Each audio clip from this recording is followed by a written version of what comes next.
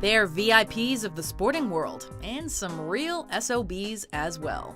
Well, no matter how you slice it, it's legal, it's not classy. Welcome to WatchMojo.com, and today we're counting down our picks for another top 10 unsportsmanlike moments in sports. I can't shake the hand of someone who spits on my back, and so I respect her as a fighter. She did an amazing job tonight. It's just a handshake means something to me, and so she hasn't earned it from me. For this list, we're obviously excluding entries from our original list and focusing on some more athletes who displayed malicious intent. Reaction to this latest incident from the footballing world was swift. Michael Owen tweeting, "Both the kid and Azar were in the wrong. Not sure Azar tried to hurt him though, he just tried to poke it out of his grip." For criteria purposes, we're excluding someone like Diego Maradona, who emotionally destroyed all of England with his controversial 1986 Hand of God goal, but didn't actually physically harm anyone. He gave Argentina the lead in the 51st minute by scoring with what he famously called the Hand of God. Number 10. Nasty Bits. Shaq dunks on Dudley. Against Dudley, Mike! Over the course of his 8-year tenure with the Los Angeles Lakers, Shaquille O'Neal posted some huge numbers. During one particularly sweaty game against the New York Knicks in 1999, he posted his heavy figure all up on Chris Dudley before complimenting the move with a classic shove. Fourth quarter, Lakers up 3. Shaq into Chris Dudley. Dudley takes exception and picks up the ball and drills Shaq in the butt. Dudley, being a grown man and all, didn't quite appreciate this questionable display of sportsmanship, so he naturally launched the ball at Shaq. As if that could erase this nasty bit of human posturizing from his memory. You want to pick somebody to go with, you go right to the head of the class when you go after Shaq. Number 9. Tit for tat. Eden Hazard kicks ball boy. But what's happened here? One of the Chelsea players, I think, has attacked, or certainly has wrestled the ball away from the ball boy. If you're familiar with European football, you know that both players and fans alike will basically do anything in the spirit of gamesmanship. So when a Swansea ball boy attempted to bamboozle the Chelsea club during their 2013 Capital One Cup semi-final game, Eden Hazard wreaked some serious havoc and launched a swift gut bomb to the poor kid's midsection. Oh, it's going to be a red card! Sure, we don't exactly condone the ball boy's behavior, but in a time when all sporting events are captured on film, we have to wonder what exactly Hazard was thinking, even if it was kind of funny. We'll say this, Eden earned that red card. Wow, that's inexcusable. Number 8. That left hook. Barry Hall punches Brent Staker. One of the most controversial and, got to say, ordinary incidents I've seen on a football field for a while. If you Google the Australian footballer named Barry Hall, you'll discover that he's been involved in a few incidents during his AFL career. He has been poking the bear, and the bear has responded. In a 2008 match against the West Coast Eagles, the veteran tough guy put a left hook on Brent Staker's chin. Because you know he's competitive. Or perhaps a few cards short of a full deck. I'll tell you what, the look of Brent Staker's eyes after the impact is not going to do Barry Hall a whole lot of good. All joking aside, the cheap shot took Staker out of the game, and Hall was later suspended for 7 games while securing a permanent place on the YouTube wall of shame for unsportsmanlike moments. Have you learned nothing in the past week? If you're gonna punch someone, do it on the football field and blame it on a brain snap. That's what Barry Hall did. Number 7. The underarm. Trevor Chappell's Pansy Bowl. You only have to say the underarm incident, and every dedicated cricket follower knows exactly what you mean. Back in 1981, there was nothing in the rules and regulations of cricket saying one can't bowl underarm. But in the spirit of competition, it was simply a no-no. Let's make sure it isn't underarm, but I've got the feeling.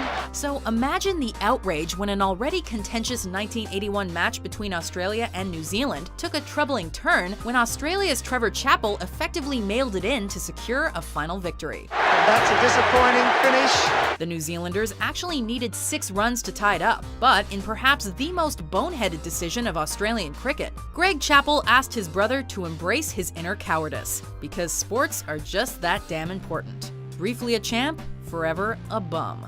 I think it was a disgraceful performance from a captain who got his sums wrong today, and I think it should never be permitted to happen again. Number 6. Leatherface. Albert Hainsworth stomps Andre Giroud. Hainsworth has been disqualified and walks off. Early on in the 2006 NFL season, the Tennessee Titans were hosting America's team, the Dallas Cowboys.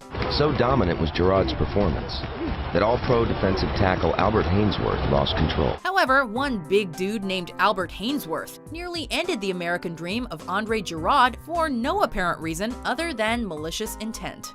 After a play, Hainsworth strolled on over to a pile of opponents and thought, maybe I'll drop a few spikes into this guy's head. It was pretty impressive, the physical day that he was having, getting good push in there, knocking people back.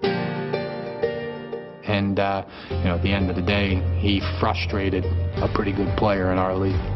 But while most mature players can handle their emotions and thoughts, Hainsworth just went ahead anyway like it was no big deal, which led to 30 stitches for Giroud. That's uncalled for, man. That is unbelievable. Number 5. How dare you? Dale Hunter blindsides Pierre Turgeon. Third period, Turgeon steals the puck, walks in. Today, Dale Hunter has a fantastic reputation as a professional hockey coach in the Ontario Hockey League. Winning hockey has become a habit for the London Knights under head coach Dale Hunter. On October 31st, Hunter notched his 600th OHL win. But back in 1993, he proved himself to be just another testosterone-fueled athlete in the Patrick Division semifinals of the NHL playoffs. Watch the cheap shot Dale Hunter puts on Turgeon after the goal. Both Turgeon and then Benoit Hogue were injured from the rough stuff. In Game 6 against the New York Islanders, Hunter lost the puck to Pierre Turgeon. Not only did Turgeon capitalize on the opportunity by scoring, he also celebrated, as hockey players have been known to do. Hunter then proceeded to hunt down Turgeon to deliver a hard-hitting check. As a result, he would miss the first 21 games of the following season. I've lost a tremendous amount of respect for that organization and that player, and there's no time in the league for a player like that. Number 4. The taste of spinal fluid. Kermit Washington punches Rudy Tomjanovich. It sounded like a melon that had been dropped on the floor. When you're one of 7 players to average 20 points and 20 rebounds over your entire college career, it takes something pretty despicable for that to be overshadowed. And there's really nothing to justify the 1977 roundhouse punch that Kermit Washington dropped on Rudy Tomjanovich, who was simply trying to break up an in-game brawl between the LA Lakers and the Houston Rockets. Rudy was on the floor, and there was a pool of blood, and it was just right around his face, and it started expanding. When Rudy comes to his senses, he actually thought the scoreboard had fallen off. The punch nearly killed Tomjanovich, and considering the graphic descriptions of those who witnessed it firsthand, it's kind of a miracle that he went on to have a successful coaching career, considering he tasted his own spinal fluid on that fateful day. I wish I could go back, give me a time machine.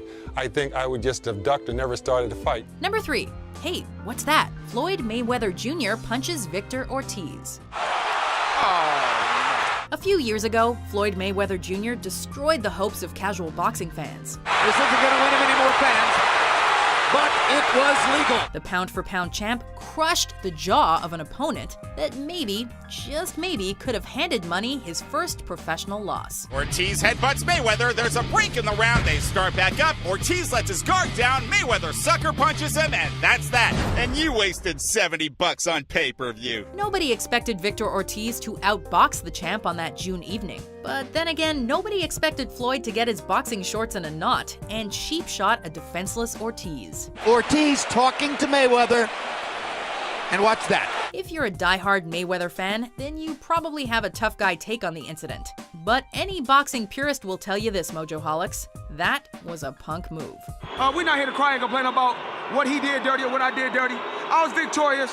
If he wants a rematch, he can get a rematch. Number 2, Kung Fu and Seagulls, a French tale. Eric Cantona, Kung Fu kick. Oh, what's going on here? Cantona's getting involved with some supporters. Football and martial arts.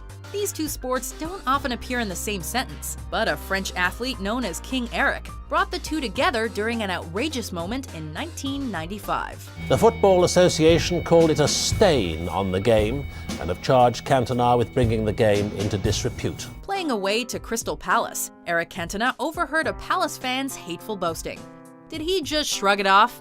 Nah, he greeted him with a Bruce Lee-style kung fu kick, followed by a series of Floyd Mayweather-like jabs. When all was said and done, Cantona earned himself an 8-month ban. And in perhaps the strangest press conference ever, the guy referenced seagulls. Such a baller move. When the seagulls follow the trawler, it's because they think sardines will be thrown into the sea. Thank you. Before we unveil our #1 pick, here are a few honorable, or in this case, dishonorable mentions. Ashton trying to get that glove off and his hand free. Oh, there's a right hand. Oh, down goes Beagle. Solid right hand by Aaron Ashton. He says a word or two, and now he's been tossed from the game. Well, Gelman just threw his bat, and the bat hit the umpire. Oh boy, that's a bad move by Delman Young. Salomaki, and then he is banged up, and he's going to try and make his way to the bench. And there's the collision with Don Henderson. He doesn't even see the linesman. Showing that what he did was stupid right in front of the referee, who produced a red card. Oh, that's disgraceful. That's not only ejection, that's going to be a suspension and should be. #1, your classic face slash. Marty McSorley hits Donald Brashear with stick. Well, McSorley slashed Brashear and caught him in the helmet. In the world of hockey, a sport in which players are allowed to publicly fight, there's nothing that typically surprises fans, or players for that matter. Unless, of course, it's a blindside cheap shot. I think Marty, in all fairness, he was trying to tap him in the shoulder. But, you know, you're very responsible for your stick. In 2000, with less than 5 seconds left in a game against the Vancouver Canucks, the Boston Bruins' Marty McSorley inexplicably whacked Donald Brashear in the face from behind. This led Brashear to not only take a nasty backwards fall, but also to suffer from a severe concussion. When there are so many ways to confront your opponent in hockey, this particular display of unsportsmanlike conduct unsurprisingly caught the attention of the British Columbia authorities. He really tried to injure me, and I mean, I could have died. I don't think this guy should be playing in the league anymore, you know. McSorley would end up being sentenced to 18 months probation and never played another game in the NHL. Now, do you accept the apology from Marty? I'll never understand how he got to the point where he would hit me in the head with a stick. Do you agree with our list? Which entry do you think is the most unsportsmanlike? What a disgrace. For more mind-blowing top 10s published every day, be sure to subscribe to WatchMojo.com. Because this little act here after you scored the goal, your first one since 2003.